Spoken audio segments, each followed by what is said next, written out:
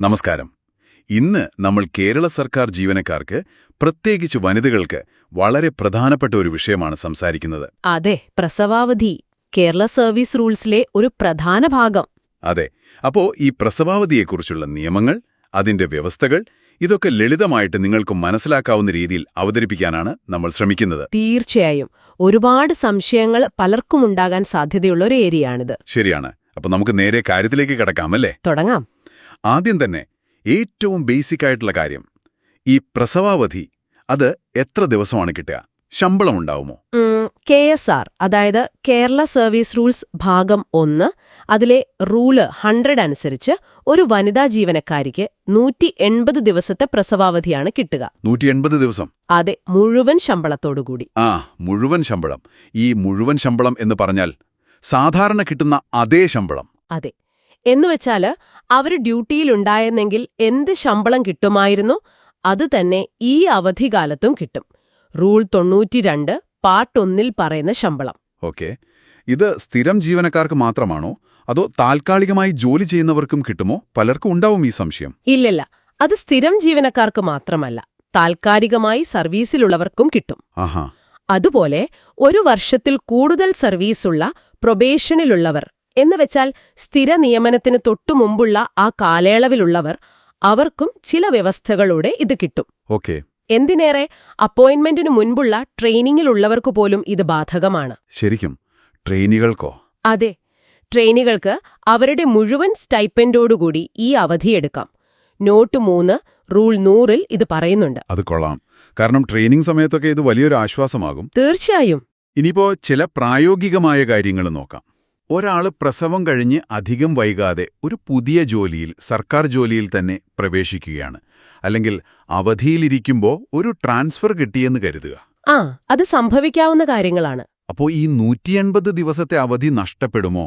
അല്ലെങ്കിൽ ബാക്കിയുള്ളത് എടുക്കാൻ പറ്റുമോ? ഇല്ല, നഷ്ടപ്പെടില്ല. അതിനും വ്യവസ്ഥയുണ്ട്. ഇപ്പോ PSC വഴി അപ്പോയിന്റ്മെന്റ് കിട്ടി. പ്രസവം കഴിഞ്ഞ് ഒരു 180 ദിവസത്തിനുള്ളിൽ തന്നെ അവർക്ക് ജോലിയിൽ പ്രവേശിക്കേണ്ടി വന്നു. ഓക്കെ.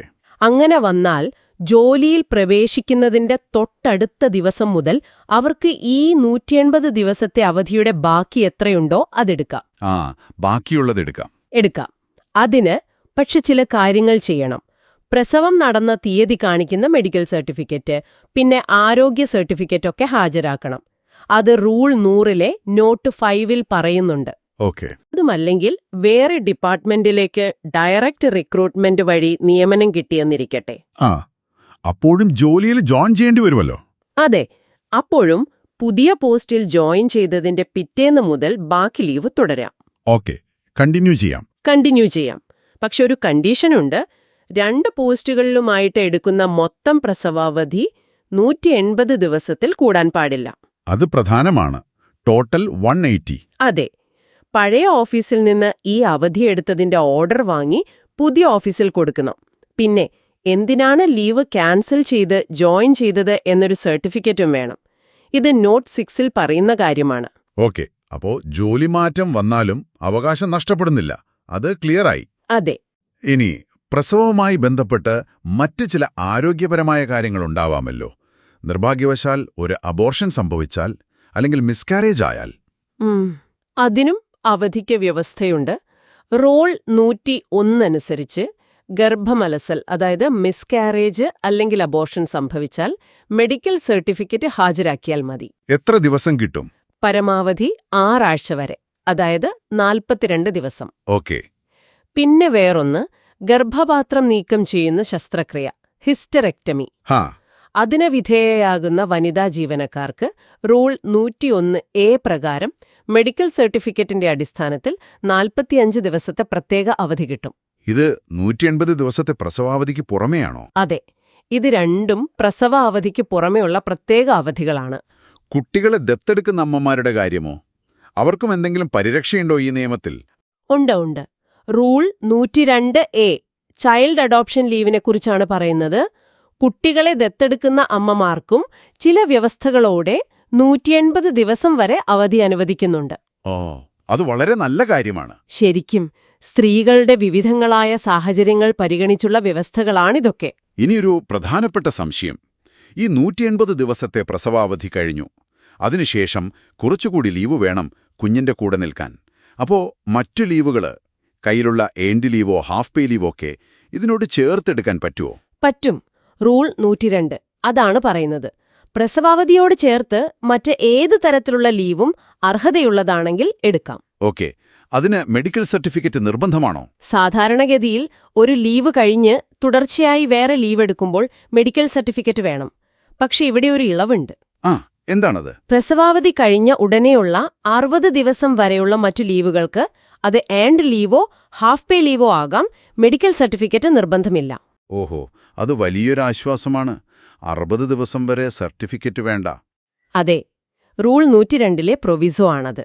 അതുമാത്രമല്ല, കുഞ്ഞിന് അമ്മയുടെ പരിചരണം തുടർന്നും ആവശ്യമാണ് എന്ന് ഒരു മെഡിക്കൽ സർട്ടിഫിക്കറ്റ് ഹാജരാക്കുകയാണെങ്കിൽ ശമ്പളമില്ലാത്ത അവധി, അതായത് LW ഉൾപ്പെടെയുള്ള മറ്റു ലീവുകളും ഈ പ്രസവാവധിയോട് ചേർത്തെടുക്കാൻ വ്യവസ്ഥയുണ്ട്. അപ്പോ ആവശ്യത്തിന് സമയം അമ്മയ്ക്കും കുഞ്ഞിനും ഒരുമിച്ച് കിട്ടാൻ നിയമത്തിൽ തന്നെ വഴിയുണ്ട്. ഉണ്ട്. വളരെ നന്നായി. അപ്പോ കേരള സർക്കാർ ജീവനക്കാരുടെ പ്രസവാവധി സംബന്ധിച്ച മിക്കവാറും എല്ലാ പ്രധാനപ്പെട്ട കാര്യങ്ങളും നമ്മൾ സംസാരിച്ചു. 180 ദിവസം, പൂർണ്ണ ശമ്പളം ആർക്കൊക്കെ കിട്ടും, ജോലിമാറ്റം വന്നാൽ എന്തു ചെയ്യണം, മിസ്കാരേജ്, ഹിസ്റ്ററെക്ടമി, ദത്തെടുക്കൽ, ഇതിനൊക്കെയുള്ള വ്യവസ്ഥകൾ, പിന്നെ മറ്റ് ലീവുകളുമായി എങ്ങനെ ചേർത്തെടുക്കാം, മെഡിക്കൽ സർട്ടിഫിക്കറ്റിന്റെ കാര്യം. അതെ, പ്രധാനപ്പെട്ട റൂളുകളും അതിലെ നോട്ടുകളും നമ്മൾ കവർ ചെയ്തു. ഇത് കേൾക്കുന്ന നിങ്ങൾക്ക് വളരെ ഉപകാരപ്രദമായി കാണും എന്ന് കരുതുന്നു. തീർച്ചയായും. ഈ നിയമങ്ങളെക്കുറിച്ച് അറിയുന്നത് എല്ലാ വനിതാ ജീവനക്കാരുടെയും അവകാശമാണ്, അത്യാവശ്യവുമാണ്. പിന്നെ ഒരു കാര്യം കൂടി ഓർക്കുന്നത് നല്ലതാണ്. എന്താണ്? ഈ നിയമങ്ങളൊക്കെ ഉണ്ടെങ്കിലും ഇത് എത്രത്തോളം എളുപ്പത്തിൽ ജീവനക്കാർക്ക് ലഭ്യമാകുന്നുണ്ട്. ഈ റൂൾ ബുക്കൊന്നും തപ്പാതെ തന്നെ സാധാരണ ഒരു ജീവനക്കാരിക്ക് അവരുടെ ഓഫീസിൽ നിന്ന് ഈ അവകാശങ്ങൾ, ഈ ആനുകൂല്യങ്ങൾ കൃത്യസമയത്ത് തടസ്സങ്ങളില്ലാതെ കിട്ടുന്നുണ്ടോ? അതൊരു പ്രധാന ചോദ്യമാണ്. നിയമം അറിയുന്നതും അത് നടപ്പിലാക്കി കിട്ടുന്നതും രണ്ടാണല്ലോ. അതെ, നിയമം അറിയുന്നതിനോടൊപ്പം അത് പ്രായോഗികമായി എങ്ങനെ അനുഭവപ്പെടുന്നു എന്നതും നമ്മൾ ശ്രദ്ധിക്കേണ്ട ഒരു കാര്യമാണ്. ആ ഒരു ചിന്ത കൂടി പങ്കുവെക്കുന്നു. ശരിയാണ്. അപ്പോ ഇന്നത്തെ ഈ ചർച്ച ഇവിടെ അവസാനിപ്പിക്കാം. നന്ദി.